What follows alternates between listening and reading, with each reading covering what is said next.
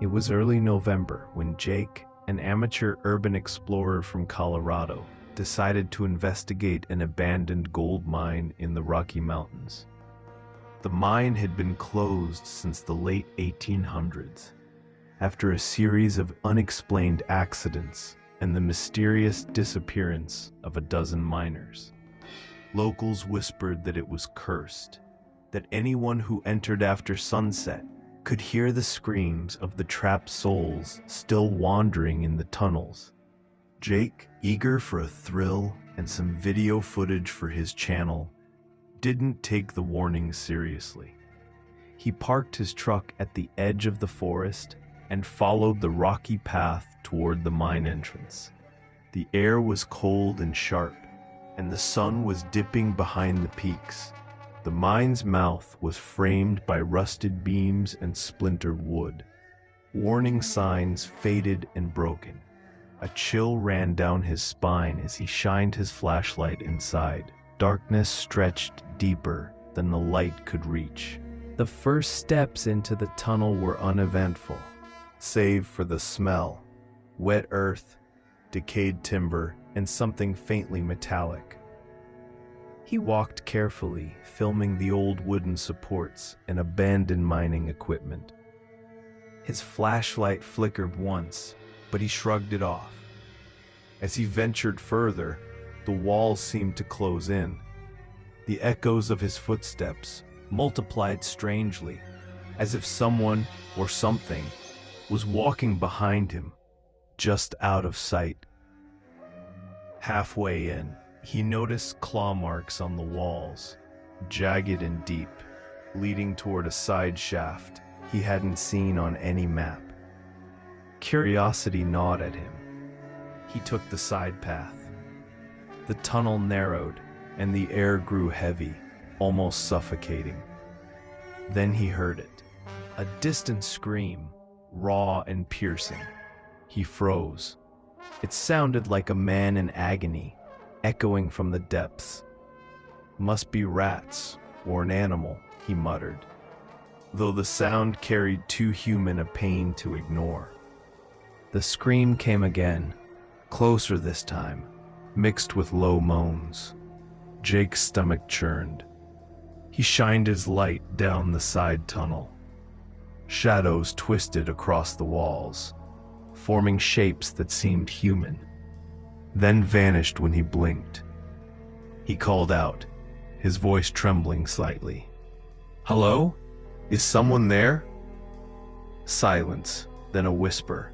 "Leave, before it's too late." Jake's pulse quickened. He debated turning back, but something, he didn't know what, pushed him forward. The tunnel sloped downward, damp and slick. Water dripped from the ceiling, and the smell of iron was overpowering. He thought he heard footsteps behind him, quick and light. But every time he spun around, there was nothing. The air was thick now, almost vibrating, carrying faint cries and whispers that seemed to come from the very walls. Then he saw the source of the screams, or what he thought was the source. A pit had opened in the floor, yawning like a mouth. Faint candlelight, or perhaps an unnatural glow, flickered deep inside. From it came a chorus of voices shrieking in despair. Shapes moved in the shadows, figures of miners, twisted and pale, their mouths open in eternal screams. They didn't seem solid, more like flickering images trapped between this world and the next. Jake stumbled back, nearly dropping his flashlight. His hands shook as he raised it, trying to make sense of what he was seeing. One figure drifted closer, its hollow eyes locking onto his. It reached out, but its arms stretched impossibly long, fingers clawing at the darkness between them. The whispers turned into screams, louder, overlapping, filling the tunnel. The sound pressed into his skull, drowning out everything else. Panicked, he ran. The tunnel twisted unexpectedly. Every turn seemed familiar, yet different, as if the mine itself was alive, reshaping to trap him. He tried to retrace his steps, but the entrance always seemed farther away. The walls groaned and the floor shifted beneath him. Occasionally, he glimpsed the figures in the distance, floating, screaming, always following. Finally, he reached a larger cavern, where the screams reached a deafening crescendo. His flashlight caught a pile of broken equipment, old helmets, and faded photographs. Names scratched into the walls matched the missing miners from the 1800s.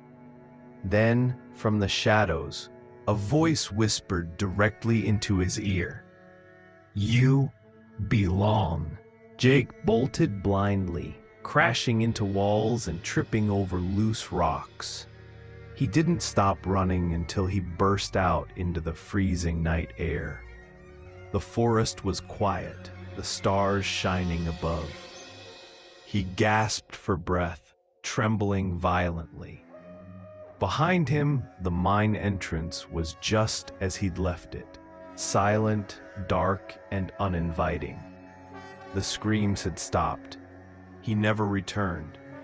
Locals say that if you hike near the old mine after dark, you can hear faint screams carried on the wind, or see flickers of light deep in the tunnels.